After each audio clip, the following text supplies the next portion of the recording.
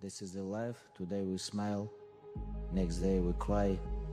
The question isn't, can you handle the situation? The question is, can you handle your mind? Can you manage the thoughts and the emotions that are trying to poison your progress? Forget managing the situation. Manage your mind. The most discouraging times were when you're putting effort and you're not seeing progress or results. This can psychologically mess with you to not believe that enough effort is going to produce progress, and for the rest of your life, you're just going to be like, well, even if I give my best, nothing's going to happen. Even if I love this person, nothing's going to happen. I'm like, okay, first week, no results. Second week, no results. Third week, no results. Fourth week, no results. Fifth week, a little bit of results. Sixth week, a little bit of results. 7th week, a little bit of results. It's not really working, let me drop it.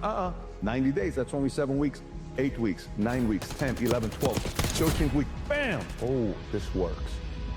You're much better than you think you are, and you need to remember that most of the doubt and most of the things that you struggle with were installed in you by people around you who have already given up on what their life could have been, and they want you to do so as well because it makes them feel more comfortable about their mediocre existence. You don't really have limits. You have what you have been told your limits are, and you have chosen to believe that those are your limits, and that's why you have this problem going for the things you really want and instead going for the things that are more realistic. And this one is going to hurt.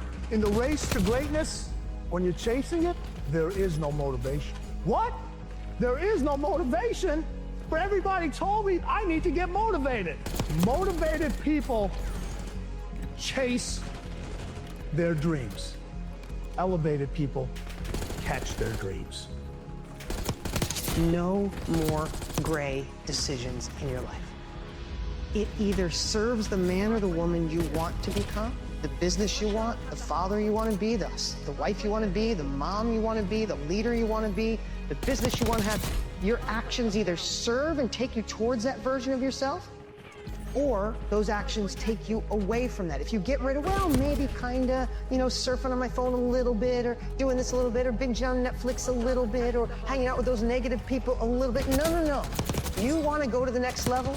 You know what it's like to generate the kind of money, impact, and purpose that you know you can and want to? Then there's no gray anymore. Listen, bro, I don't have motivation, I have discipline. Motivation, it's temporary. Today you have motivation, tomorrow wake up early, you don't have motivation. When I wake up early morning in training, I never have motivation. I have only discipline. I don't have motivation, I today not go to training. No, bro, motivation is good, discipline is bad. Believe in yourself. There's nothing wrong with having confidence. There's nothing wrong with being delusional. There's nothing wrong with seeing things that people don't see. Have the consistency to make something that's real to you, real life. So believe in yourself, stay consistent, and it'll happen.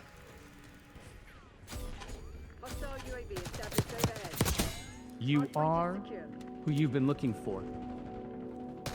So stop looking for more unless you're looking in a mirror, because it's about time for you to see clearly that you are who you've been looking for. And that empty feeling you got, that hole in your chest, you only got that feeling because you think you're not blessed with everything you need.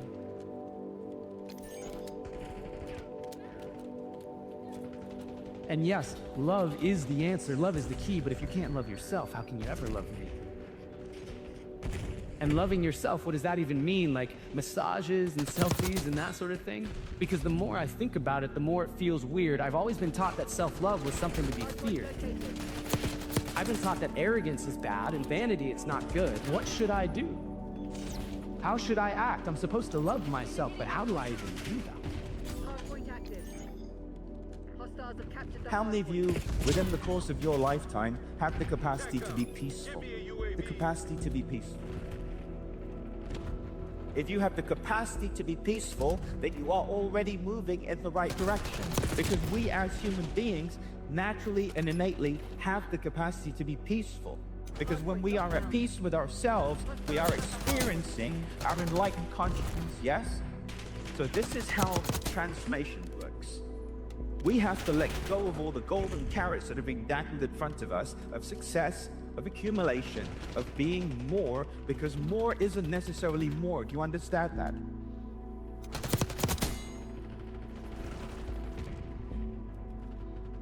Pain plus reflection equals progress. If you take away reflection out of that equation, all you're left with is pain. Right? If pain plus reflection equals progress and you take away reflection, all you're left with is pain, there's no progress. And for a lot of us, when we're experiencing pain, when we're experiencing stress, when we're experiencing pressure, when we're experiencing challenges, we forget to reflect. And when you forget to reflect, you lose the opportunity for real progress. We forget to reflect because we get distracted. We try to avoid pain, or we try to numb pain. But when we reflect on pain, we have the opportunity to have progress in our lives. Treat yourself like someone you love. Treat yourself like someone you love. Now, I had been standing, but I needed to be sitting because I couldn't believe that I had been letting myself keep forgetting that I was who I'd been looking for. And deep in my core, I knew it was time to stop looking for more until I could look through all my fear and look into a mirror and see clearly that the man looking back at me is the only one who can make me happy, and I am already enough.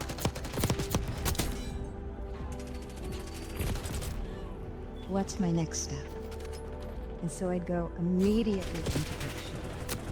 And you know, I find that when we ask the universe these questions, a lot of clarity emerges. You have to ask the question first, but if you ask life, what's my next step to get to that future, which looks impossible from this perspective, you will start to intuitively know what that next step is. So the true source of influence is your service to something higher. Without that, you're living a life of manipulation, trying to get something to be successful. However, when you begin to surrender your life to something higher, an attribute of the presence, even your definition of success changes. This too shall pass. Whatever you're feeling, whether you're feeling great or whether you're feeling terribly, it's going to pass.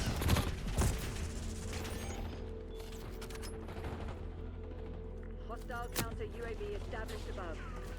Hostile UAV established overhead. So helping people understand that that will pass, that there will be something beautiful again waiting for them. We have to redefine success to be peace. Because if you are not at peace, you are not successful. You get that? If pain is driving your need to produce, if you are not successful, you're running away from something.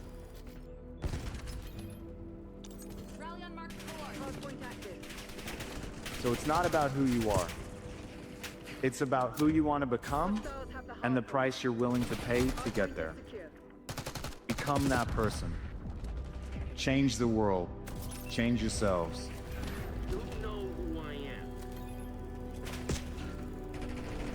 They are the most significant questions that a person can ask.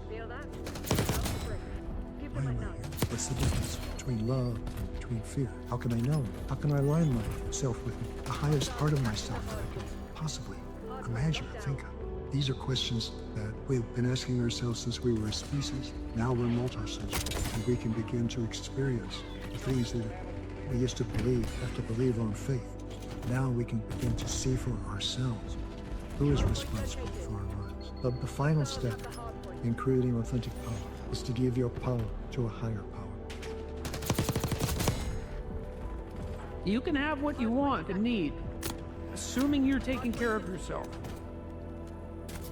You're starting out with the proper attitude towards yourself, which is that you're worthy of care and respect, and there's something to you that's valuable that at least could be developed.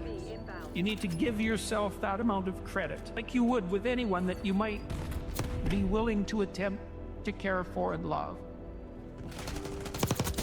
You can have what you want, but you have to specify it. And so you're asked to write a few sentences. Not to be obsessive about it, but to sketch it out. You made it look easy, Crimson. Like, okay, it's 3 to 5 years down the road, and you have what you need and want to make your life what it needs to be, so that you can be a good person in the face of the suffering of life. What does it look like? Just getting it done.